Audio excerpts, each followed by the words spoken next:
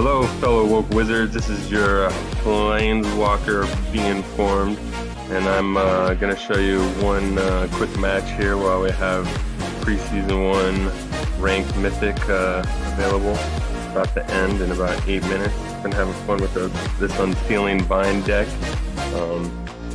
Most of my builds have been Unsealing, one of my favorite cards. Right now, I just love the mechanics, the art, but most of all, I just love when you drop it and you shock everybody's face because nobody hardly uses this card right now. Hand doesn't look that great, but not horrible. I've got the Vine Mare, which is it's named after. I've got the Unsealing.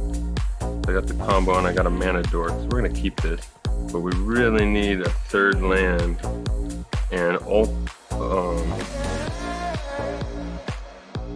hopefully a fourth land. I'm going to play that tapped. We don't have a turn one play, so no reason to spend 2 life there. We got 2 mana dorks if one goes down, which is good because we're not drawing lands. Third land here would be awesome. Hopefully green. Oh, whew, good thing he didn't counter that. He countered that. Whew, be a turn behind. Don't get rid of the Mana Dork, and we might be able to play a Steel Leaf here. Okay, we got the Evolving Wilds. This is because we're playing white, and hard to get white off in here. We're gonna see if we get this land. He's probably gonna counter it. We've got a counter spell. Not want to deal with the Steel Leaf.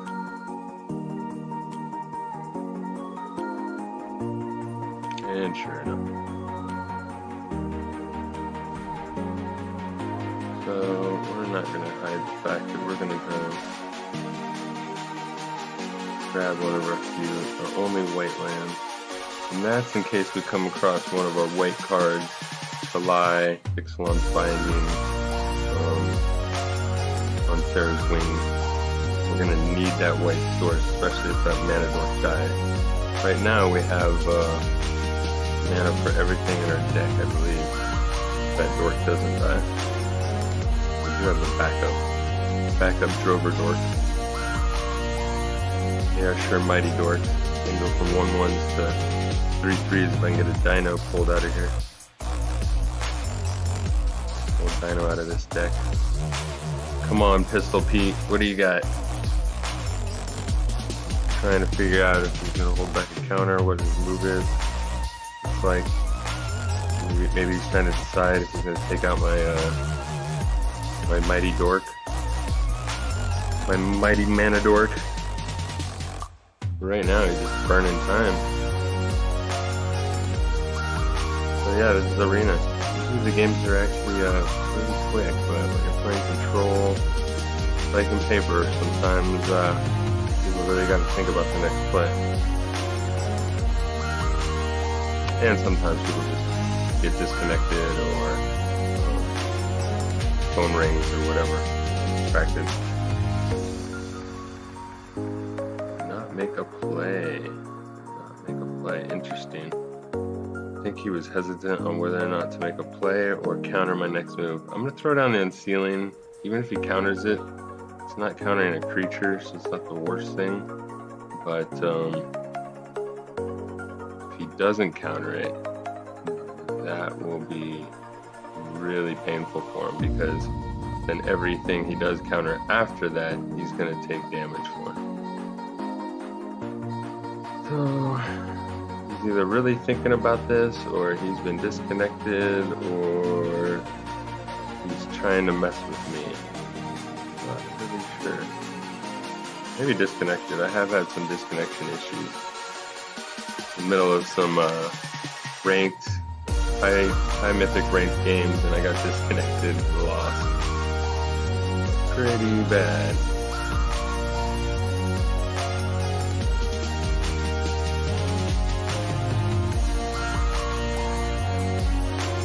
Alright, Pistol Pete, here he comes. He's awake.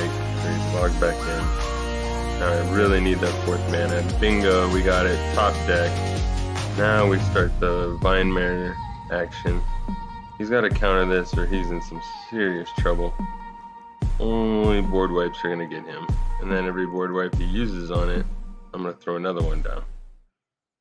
So next turn, I'll probably throw down the Steel Leaf in case he has a board wipe or something, so that I can protect one of my hexproof from the board wipes. Oh, okay. He's in big trouble now. He can't send the Vine Mare down. He can draw, or he can send the Unsealing back into my deck. Those are two options. He's gonna draw. I think that's probably game. He's gonna lose the fairy. And I'm going to be able to play a card because he's got no counters. Yeah, he's in big trouble.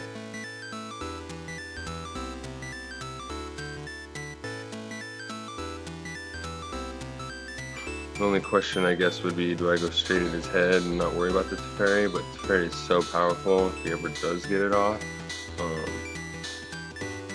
it would be a comeback. So what I need to do is just keep the pressure on the Teferis, keep them off the board, and he's in trouble. Right now, he looks like he's not sure what lands to untap, what to do, because he knows he's in a bad spot. He's got the wonderful fairy build, and he can't seem to understand why he's losing to, or why he's behind on the board with Unsealing and a Vine Mare out there. You know, it's simple. Come at him. He can't do anything to my Vine Mare. He's got no mana untapped. So let's just get in. No. Oh, we can't play the Steel Leaf. So I'm retrieving. We'll have to risk it. We might have a board wipe, but we're gonna keep sending stuff. Hopefully we'll draw into a land. I'm drawn to a green land, and he doesn't deal with the Vine Mares. That's lethal next turn. That's a lot of ifs, buts, candy, and nuts. Wouldn't every day just be Christmas? Alright, Pistol Pete. What's your move? Oh, that's a beautiful move. If I ever saw one, that's what I was worried about. Played right into that Deafening Clarion. We're going to pay the 2 life, so we have the green swords. Let's start hammering him. Let's hope that he's running out of board wipes. He's only got card draw or mana. He's not going to help him right now. Okay, we got 1 minute left on this preseason of Mythic level. This is one of my first commentary videos I've ever done. Thought I would add a little commentary. Just do the videos showing the gameplay. But now I thought I'd give a little bit of behind the scenes. That's what some people have been asking me to add to the videos. Grind was fun getting to Mythic. I really enjoy Arena. Prefer paper over everything, but I think Arena is as close to paper as I could have ever imagined. I was really hesitant with Arena at the beginning. Didn't even know if I would play it at all. And I have to admit, I don't think that I will go to Magic online anymore. It's going to be just Arena. That's how much I'm in love with it. Even if it means missing out on Modern for the time being. You can still play that on paper. Oh, he's going to draw 2. He's desperate with that explosion. He needs something. He knows that 4 life, sealing on the board, Steel Leaf, game over. Not even going to let him draw or do anything, just in case he has a life gain. Let's just hit him.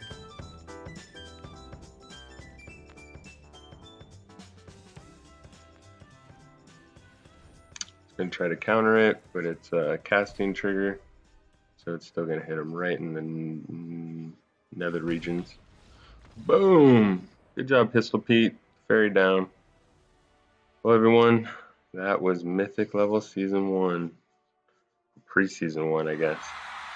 We're entering Season 1 now.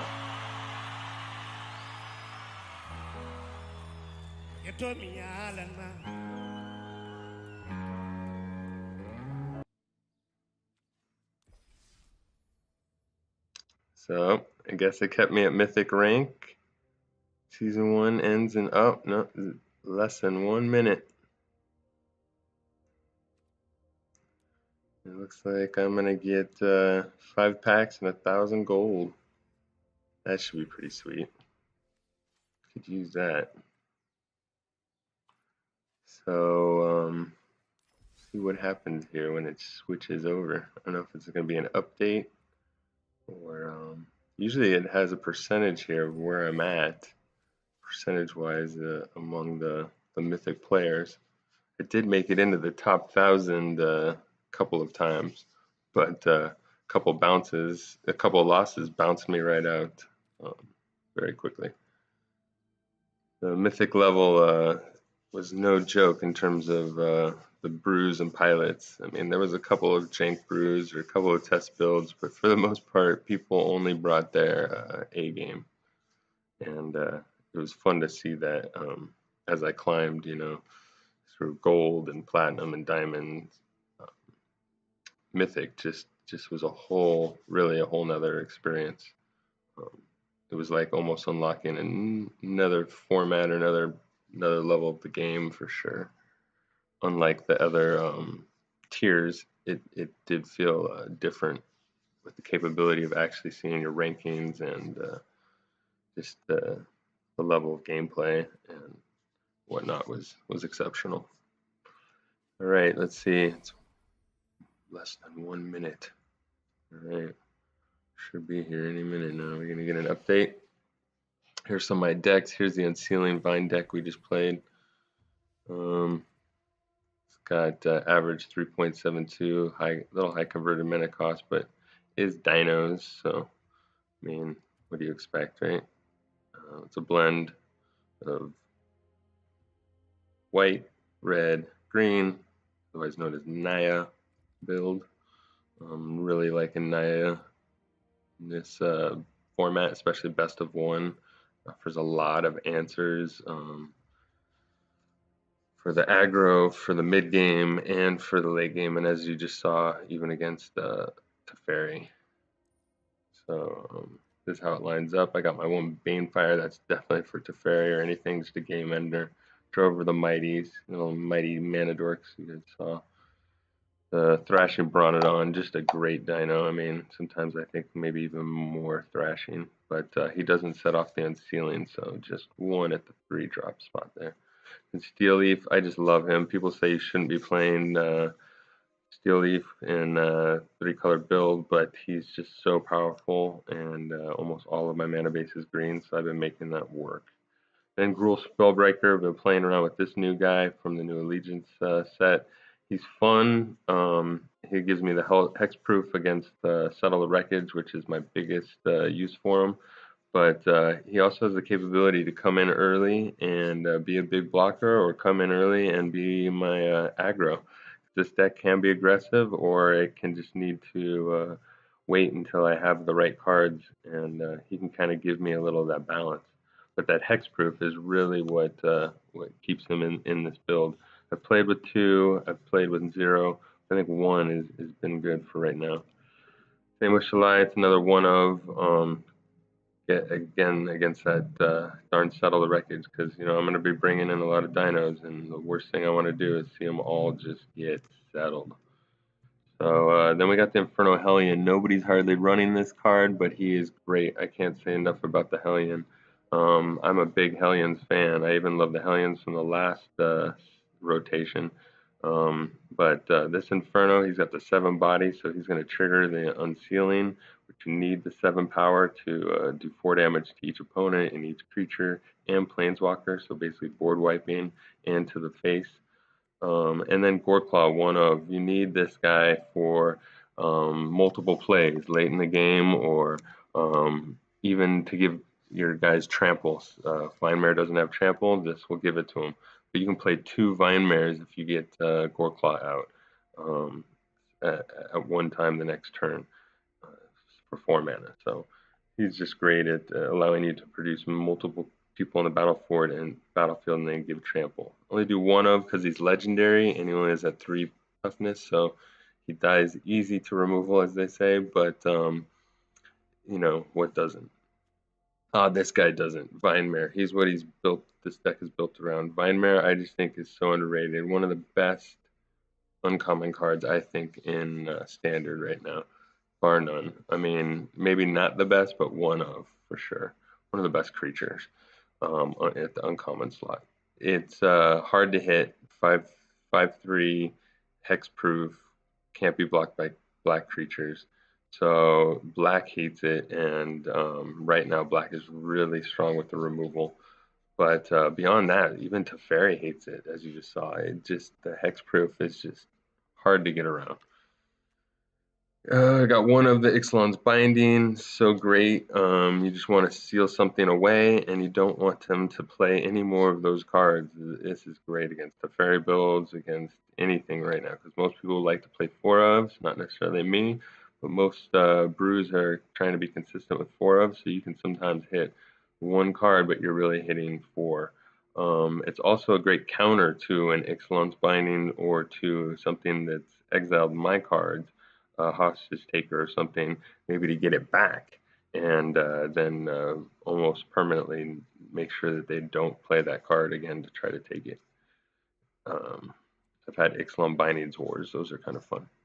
And then one of on Sarah's Wings, I pull this in and out. I think it's worth being in there. It just gives your Vine Mare that added evasion. You know, trample's great, but when trample's not working, when they might have death touch or whatever, let's go fly. Let's give vigilance, and then lifelink is for the aggro decks and anything that might be looking like it's going to put you away. You just come back with this card if you can hit them that turn. And then what the deck is really built around, and most of my brews, one of my favorite pet cards right now, Sarkhan's Unsealing. Just love that art, love the mechanics, love the play, love the surprised look on his face and what he's unsealing, because that's basically what your opponent looks like when you blow their board apart. And then I have one copy of Biogenic Ooze in here. I just love this card. I'm not sure if it really fits in this deck, but it just seems to work. It's that late game, I can just overpower you with tons of creatures. And if you get it out early with some mana dorks, then it can even be that early game aggro. Then we have Regisaur Alpha. He is great. I mean, I can't say enough about him. I've played with 2, 3, but I've added 4. There's 3 in the picture, as you can see, but I think the 4th is just coming right out of your top deck, because this guy is so great. Him stacked on another Reggie on another Reggie, multiple Reggies is just hard to beat. You're bringing so much pressure, 2-for-1s. You're bringing a trample. You're bringing haste. And then I think almost his best part is then he gives the next turn, if you have it, Carnage Tyrant haste. So you got a trampling hexproof haster, and I've got 2 of those in the deck. So, this deck is just mean machine. The mana base isn't quite where I'd like it yet, but that's why I've got 3 Evolving Wilds to try to smooth it out. It slows it down a little, but the deck is a comeback deck. It is a more mid to late game. Unless you have that mana right and everything set up, then it can be just aggro 4 or 5 turns, game over. Then I have Stomping Grounds, Sacred Foundries, Rootbound Crags, Sunpetal Grove, Temple Garden, and you can mix and match those. I think the key part is you don't want more than 3 non-green land. It'd be nice to keep it at 1 non-green, or as little non-green as possible, because you want to be able to play that Steel Leaf turn 3 on turn. But you have to have the right mana base for that, and I don't have all the dual or the shock lands. But that's the deck, and hope everybody enjoyed that gameplay and that deck tech. A whole bunch of other unsealing builds, as you can see. I unseal everything from green to white to black to 4 colors to unsealing Thud to fire chickens. I've tried it all. I really like this Unsealing Vine deck. Unsealing definitely Nada is another great deck I like. Unsealing Blue Counter is a great deck too.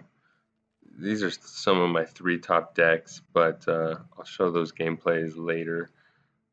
Basically, Naya seems to be one of the tops for best of one, though. Just giving me all the tools in the tool belt that I need. Oh, season rankings, final results, limited preseason, mythic claim rewards. Look at that. That's pretty sweet. That is pretty sweet. It was a grind, but it was worth it. I have to say, it was so much fun. Say it was a grind, but it was almost nothing but a blast.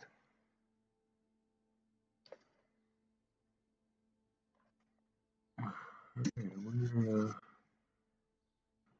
there's gonna be any animation to this, or how is it gonna release this?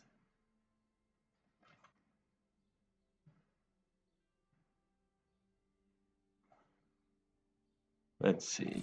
Claim rewards. Bling. Nice. We'll take 1,000 gold and 10 packs, thank you.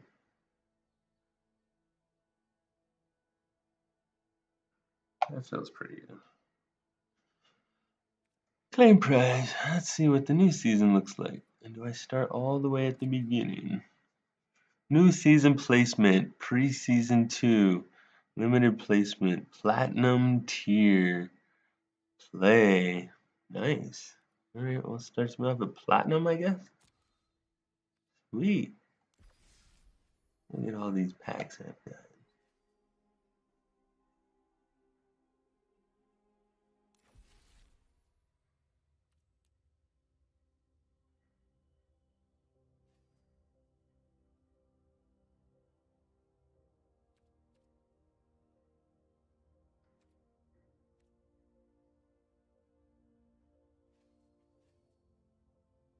$27 days left in the new season. This is the real season. Bring it. Nice. Okay. Alright, well, everyone, thank you for watching. I hope you got something from this, and you've all been informed.